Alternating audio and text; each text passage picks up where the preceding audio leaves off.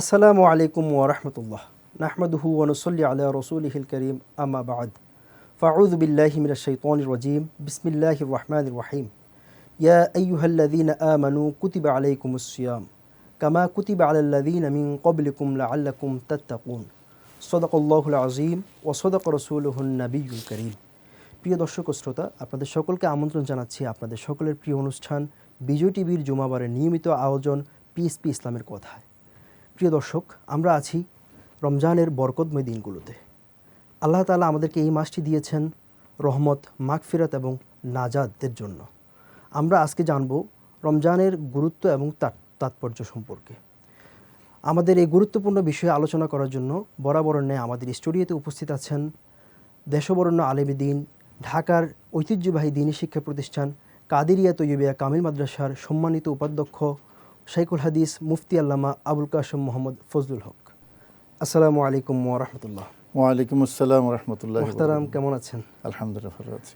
মুহতারাম, যেমনটি বলছিলাম, রমজান আমাদের মধ্যে চলমান। তো রমজানের গুরুত্ব এবং তাৎপর্য নিয়ে আমরা আলোচনা শুনতে চাচ্ছি আপনার কাছ থেকে। বিসমিল্লাহির রহমানির রহিম। নাহমাদুহু ওয়া নুসাল্লি ওয়া নুসাল্লিমু আলা হাবিবিহিল কারীম, আম্মা বা'দ। সুধী দর্শক, আপনাদের সবাইকে আমন্ত্রণ জানাচ্ছি পবিত্র বরকতময় মাসের বরকতময় আলোচনায়। যে আয়াতটি আপনি তিলাওয়াত করেছেন, কুতিবা আলাইকুমুস সিয়াম কামা কুতিবা আলাল্লাযীনা মিন ক্বাবলিকুম লাআল্লাকুম তাত্তাকুন, এই আয়াতের শেষ অংশেই মূলত মাহে রমাদানের তাৎপর্য আল্লাহ পাক দুই শব্দে বলে দিয়েছেন, লাআল্লাকুম তাত্তাকুন, যাতে তোমরা মুত্তাকি হতে পারো। আসলে আমাদেরকে আল্লাহ পাক রব্বুল আলামিন মাহে রমাদান ইবাদতের বসন্ত হিসেবে দিয়েছেন, আমরা যাতে মুত্তাকি হতে পারি, তাকওয়া অবলম্বন করতে পারি। তাকওয়া কি? তাকওয়া হলো সামগ্রিক সংযমের নাম।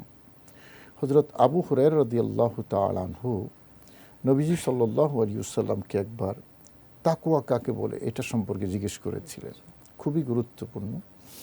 তো নবীজি হযরত আবু হুরায়রা রাদিয়াল্লাহু তাআলা আনহুকে বলছেন যে, ইয়া রাসূলুল্লাহ, মাত তাকওয়া।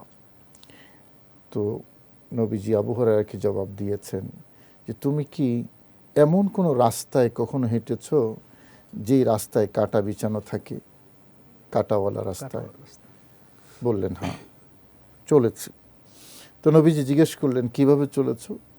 বললেন, হুজুর, যেখানে কাঁটা নাই ঠিক সেই পয়েন্টে আমি আমার স্টেপ রেখেছি, এবং যেখানে কাঁটা আছে সেখানে আমি পা দেই নাই। নবীজি তখন বলেছেন, যালিকাত তাকওয়া, এটার নামই হলো তাকওয়া।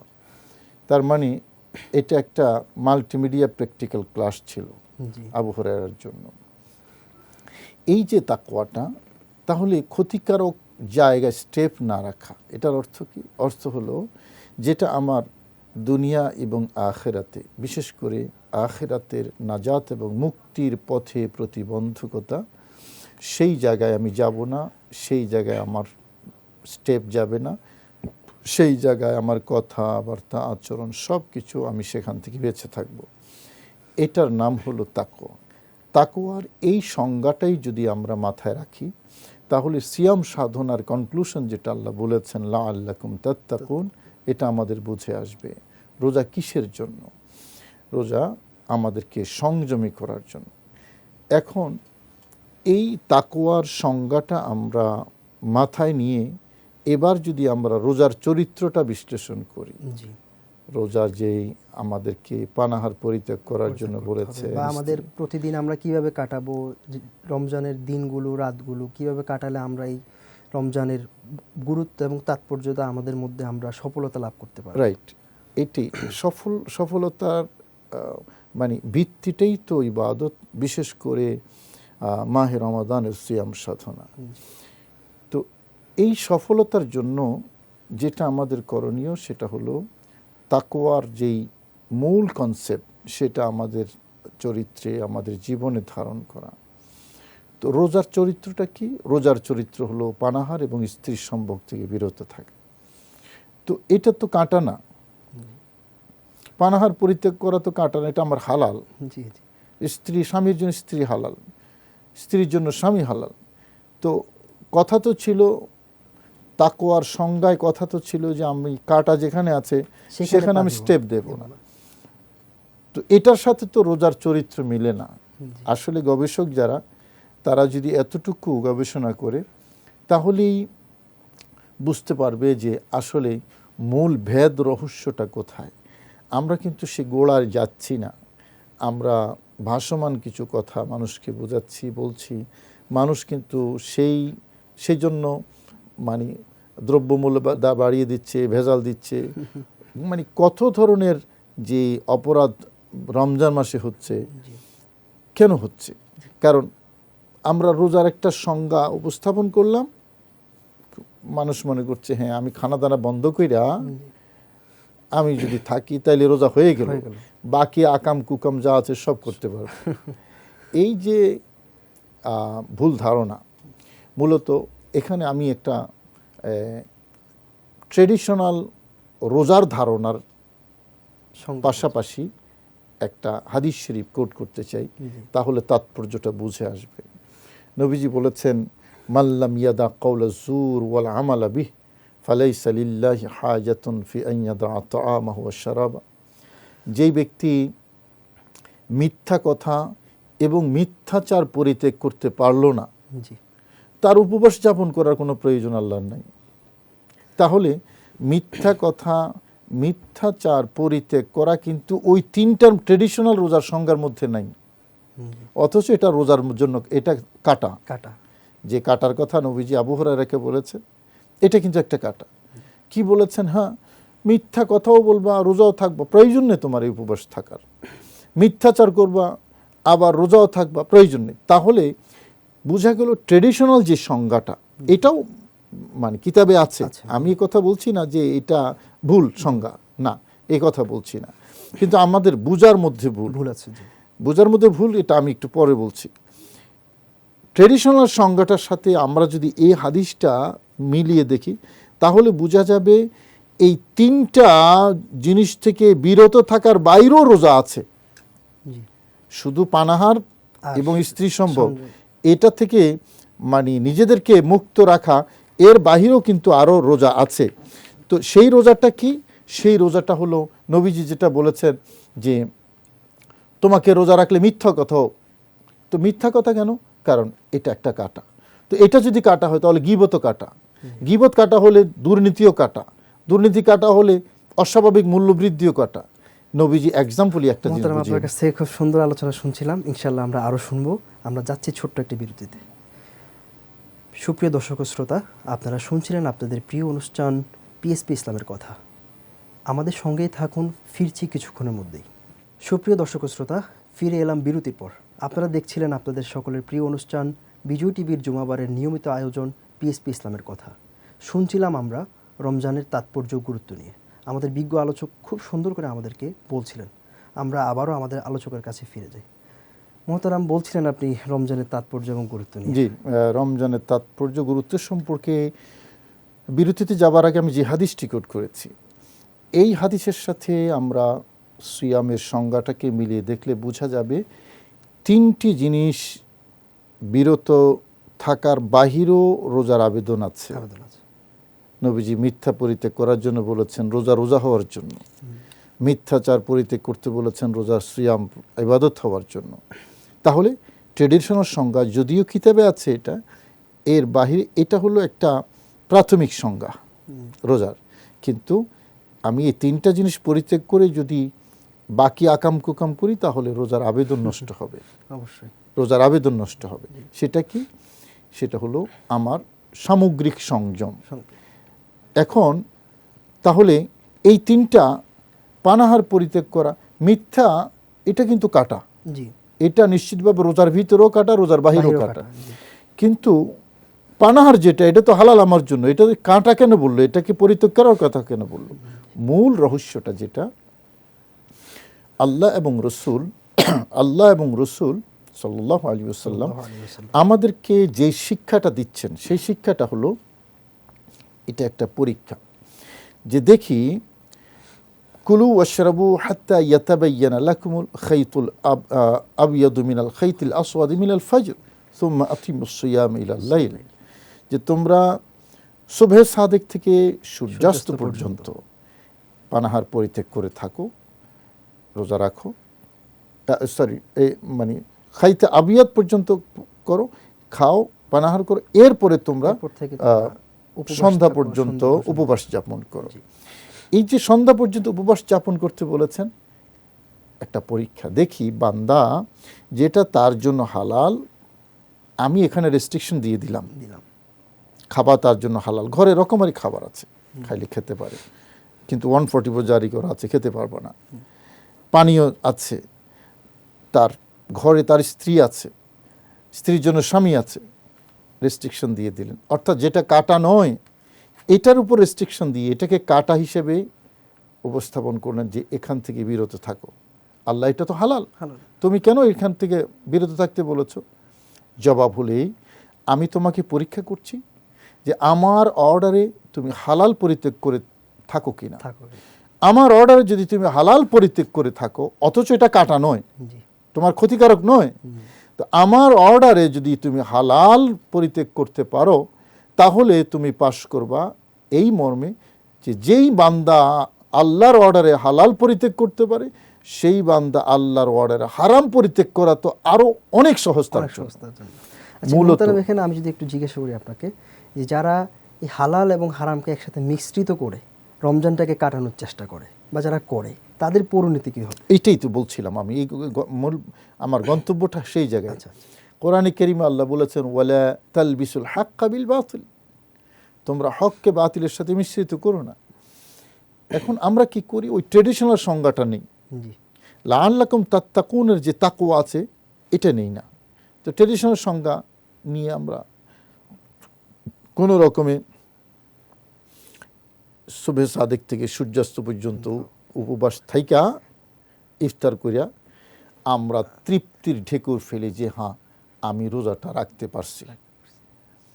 ইট ইজ নট রিয়াল সিয়াম।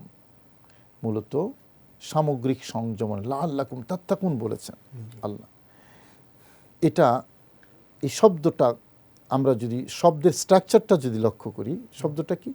তাত্তাকুন, এটা প্রেজেন্ট কন্টিনিউয়াস টেন্স, যাতে তোমরা মুত্তাকি থাকতে পারো। মানে এবং এটা পারার জন্য একটা সুযোগ আমাদের কি রমজান। না, এটা এভাবে কেন বললেন? এটা এভাবেও তো বলতে পারেন, মানে লিতাকুনু মুত্তাকিন, তোমরা যাতে মুত্তাকি হইয়া যাইতে পারো, এটা এভাবে বলেন না, বলেছেন লাআল্লাকুম, যাতে তোমরা তাত্তাকুন, তাকওয়ার উপর চলতে পারো, তাকওয়ার উপর চলতে পারো। একটা মাসকে ভিত্তি করে আমরা যেন বাকি 11 মাস, 11 মাসের জন্য আমরা কিছু অ্যাসেট তৈরি করতে পারি। এক্স্যাক্টলি, এটাই হলো রোজার মূল উদ্দেশ্য। তাৎপর্যটা যেটা বলছিলাম, তাৎপর্যটা হলো যে আল্লাহ আমাদেরকে হালাল জিনিস অবৈধ করে হারাম জিনিস থেকে বিরত থাকা সহজ করে দিচ্ছেন। যেমন যারা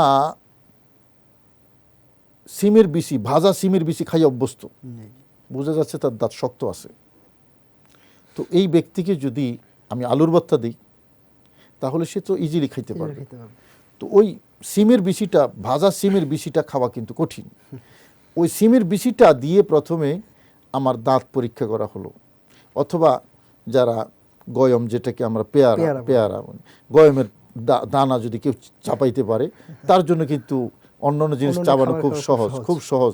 সে গরুর হাড্ডিও চাবাইয়ে মোটামুটি খেতে পারবে, খাসির হাড্ডি খেতে পারবে, যদি সে সিমের বিচি এবং ওই কি বলে পেয়ারার বিচিটা যদি চাবাইয়া খাইতে পারে, দাঁত শক্ত আছে। বিষয়টা এরকম যে পানাহার যেটা হালাল ছিল এটা যদি পরিত্যাগ করতে পারে, মিথ্যা কেন পরিত্যাগ করতে পারবে না? মিথ্যা তো কাটা, মিথ্যা তো অবৈধ। তাৎপর্যটা এই যে সুম্মা আতিম্মুস সিয়াম ইলাল লাইল, কেন? হালাল জিনিস, হালালটাকে তোমাকে হারাম করে দিয়েছি যাতে হারাম পরিত্যাগ করা তোমার জন্য সহজ হয়ে যায়। রোজার মূল তাৎপর্যটা এই জায়গায়। এখন আসি আমরা যে সামগ্রিক সংযমের কথা যেটা বলছি, তো এখন খাওয়া যেমন মুখে হয়, মিথ্যা কথাও কিন্তু মুখে হয়। তো খাওয়ার পরিত্যাগ করলাম, মুখের আংশিক সংযম হলো। তো এই মুখে মিথ্যা কথাও বলা হয়, এই মুখে গীবত করা হয়, তাহলে বাকি আংশিক কিন্তু হলো না। তাহলে মুখের আংশিক সংযম হলো, আংশিক সংযম হলো না। ইমাম গাজ্জালী রহমতুল্লাহ সে কারণে রোজার যে পরিপূর্ণ সংযমের কথা বলেছেন, যে রোজা শুধু পানাহার পরিত্যাগ করার মধ্যে সীমাবদ্ধ নয়, বরং মুখের রোজা আছে, চোখের রোজা আছে, আমার কানের রোজা আছে, শ্রবণ শক্তির রোজা আছে, হাতের রোজা আছে, পায়ের রোজা আছে, আমার চিন্তা শক্তির রোজা আছে। কোরআনে কারীম আল্লাহ কি বলেছেন? ইন্নাল বাসারা ওয়াল ফুয়াদা, ইন্নাল সামা ওয়াল বাসারা ওয়াল ফুয়াদা কুল্লু উলাইকা কানা আনহু মাসউলা, যে তোমার শ্রবণ শক্তি, ইন্না সামা ওয়াল বাসারা তোমার দৃষ্টিশক্তি, ওয়াল ফুয়াদ এবং তোমার ধারণ অনুভূতি শক্তি, তোমার যে চিন্তা শক্তি, এই সবগুলো সম্পর্কে তোমাকে জিজ্ঞেস করা হবে। খুব সুন্দর আলোচনা করছিলেন মোহতারাম। আপনার কাছ থেকে আমরা আরও আলোচনা শুনবো। আমরা যাচ্ছি ছোট্ট একটি বিরতিতে। সুপ্রিয় দর্শক ও শ্রোতা, আপনারা দেখছেন আপনাদের প্রিয় অনুষ্ঠান পিস ইসলামের কথা। আমরা আবারও যাচ্ছি ছোট্ট একটি বিরতিতে, ফিরছি কিছুক্ষণের মধ্যেই, আমাদের সঙ্গেই থাকুন। সুপ্রিয় দর্শক ও শ্রোতা, ফিরে এলাম বিরতির পর। আপনারা দেখছিলেন আপনাদের সকলের প্রিয় অনুষ্ঠান পিএইচপি ইসলামের কথা অনুষ্ঠান।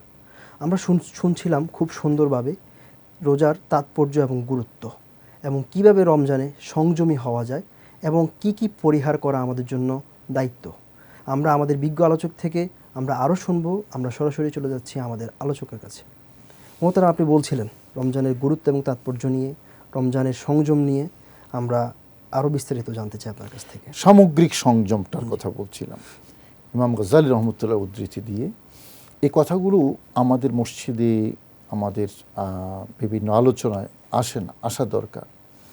সামগ্রিক সংযম, কোরআনে কারীম আল্লাহ বলেছেন ইন্নাস সামা ওয়াল বাসার ওয়াল ফুয়াদা কুল্লু উলাইকা কানা আনহু মাসউলা, তোমার শ্রবণ শক্তি এটাও জিজ্ঞাসিত হবে, এটা সম্পর্ক জিজ্ঞেস করা হবে, তোমার দৃষ্টিশক্তি এটা সম্পর্ক জিজ্ঞেস করা হবে, তোমার অনুভূতি এবং চিন্তা শক্তি এটা সম্পর্ক জিজ্ঞেস করা হবে। কিন্তু এই তিনটা যেগুলো আমাদের জিজ্ঞাসার সিলেবাস, মানে আল্লাহ কর্তৃক আমাদেরকে জিজ্ঞাসা করে সিলেবাস, এই তিনটা কিন্তু একটাও ট্রেডিশনাল সংজ্ঞার মধ্যে নেই। অথচ আল্লাহ বলছেন যে এটা সম্পর্ক জিজ্ঞেস করা হবে। তাহলে কি হলো? ইমাম গাজ্জালী বলেছেন যে আমি রোজা অবস্থায় কান দিয়ে কি শুনেছি? আমি কি কোরআনে কারীম তেলাওয়াত শুনেছি নাকি মিউজিক গান শুনেছি? এটা আল্লাহ জিজ্ঞেস করবেন। আমি চোখে কি দেখেছি? আমি কি অবৈধ জিনিস দেখেছি নাকি আল্লাহ আমাকে যা বৈধ সেটা? এটাও তাহলে আমার শ্রবণ শক্তির সংযম, যখনই কোনো আমার জন্য যা শোনা কি নয়, বৈধ নয়, এটা যখন আমি শুনলাম, আমি সেখান থেকে আমার শ্রবণ শক্তিকে বিরত রাখলাম। এটা হলো আমার কানের সংযম। হযরত ওমর ফারুক রাদিয়াল্লাহু তাআলা আনহু একবার রাস্তা দিয়ে হেঁটে যাচ্ছেন, একটা বাঁশির আওয়াজ আসছে, তিনি কানের মধ্যে এভাবে আঙ্গুল দিয়ে দিলেন।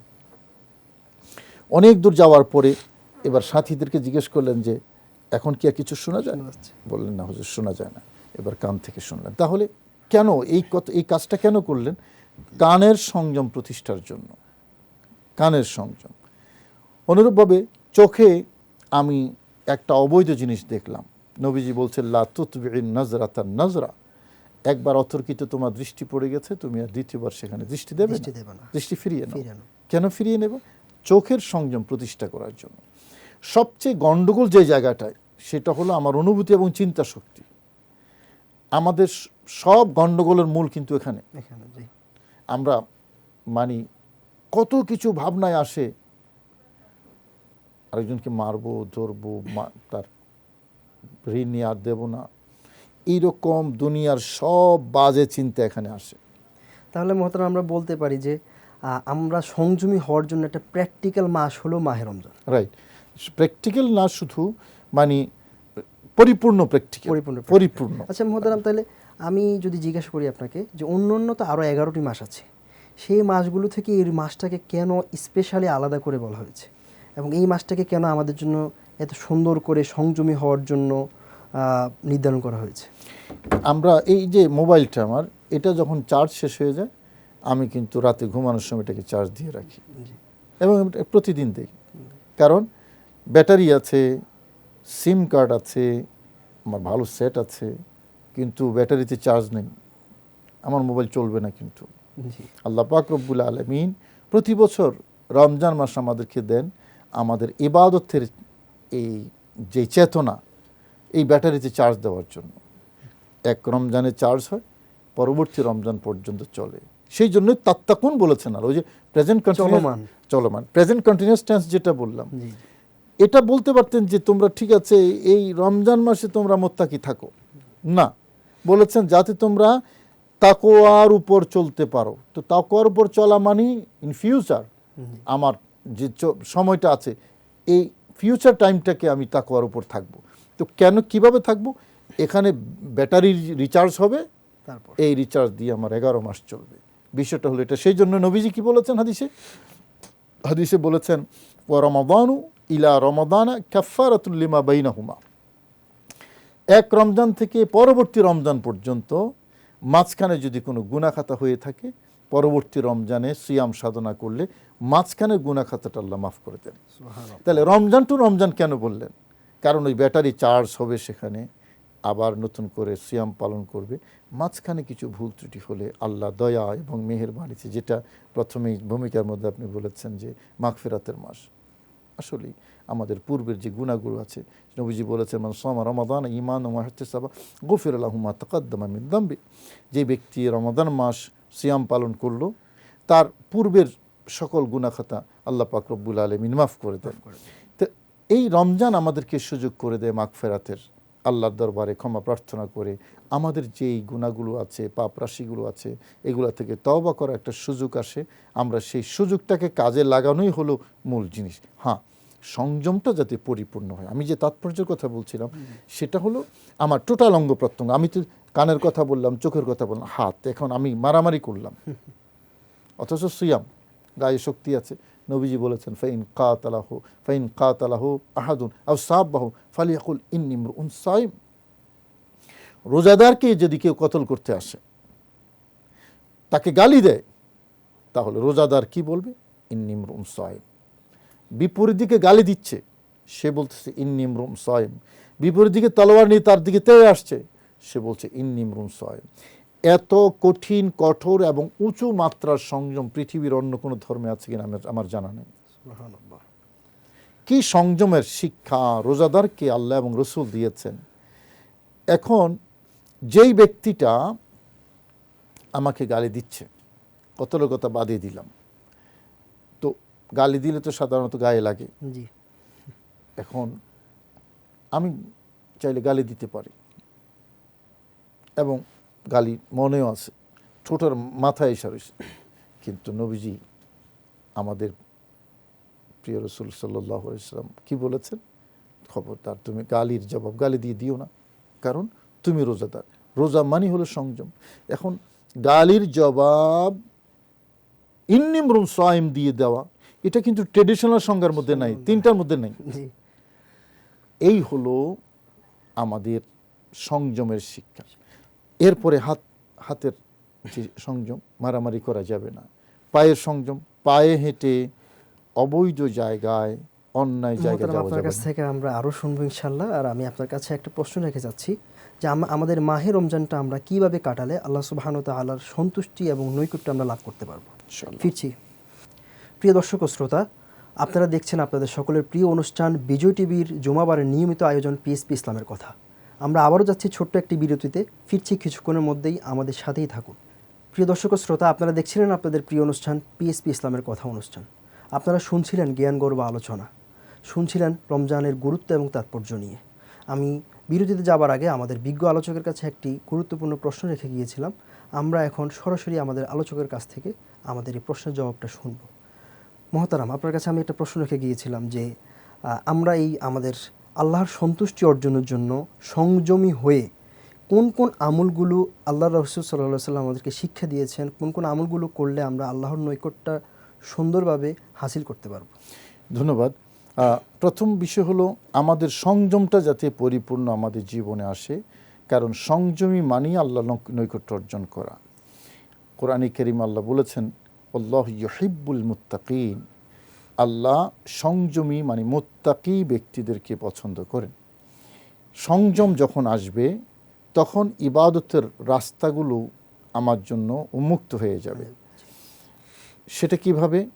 একজন মানুষ যখন মিথ্যা কথা ছেড়ে দেবে তখন সে সত্য বলবে।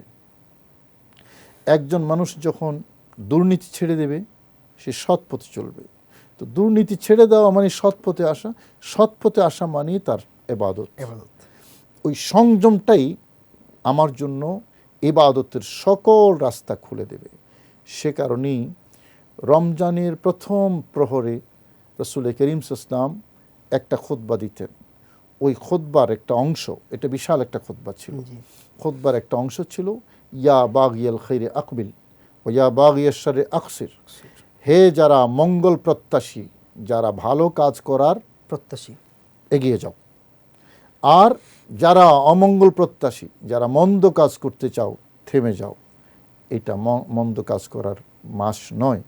সে কারণে তা সত্ত্বেও এই সংযমগুলো ছেড়ে দিয়ে আমাদের জন্য বিধিবদ্ধ যে ইবাদতগুলো আল্লাহ এবং রসুল সাল্লাল্লাহু আলাইহি ওয়াসাল্লাম আমাদেরকে দিয়েছেন, এই ইবাদতগুলো আমরা যত বেশি করতে পারি, মানে ম্যান টু ম্যান ভেরিয়েশন হয়, তবে হয়তো আমি যতটুকু করতে পারবো আপনি আর বেশি পারবেন। যতটুকু বেশি সম্ভব চেষ্টা করা, রোজার পাশাপাশি কোরআনে কারীম তেলাওয়াত করা, যেহেতু শাহরু রমাদান আল্লাযী উনজিলা ফীহিল কোরআন, এটা কোরআন নাজিল হওয়ার মাস। তারপরে তারাবির নামাজ তো আছে, বিধিবদ্ধ ইবাদত 20 রাকাতের, সেটা যাতে আমরা মসজিদে গিয়ে পুরুষ যারা আছি আর মা বোনরা ঘরের মধ্যেই পড়বেন। এরপরে দান সাদকা করা, এটা দান সৎকার মাস নবীজি সাল্লাল্লাহু আলাইহি ওয়াসাল্লামের জীবন আদর্শের মধ্যে আমরা পাই। নবীজি আল্লাহর পরেই সৃষ্টির মধ্যে সবচেয়ে বড় দানশীল, সৃষ্টির কেউ নবীর সমকক্ষ নাই। এরপরেও এই দানশীলতার মধ্যে রমজান মাসে আরও বহুগুণ বেড়ে যেত নবীজির দান।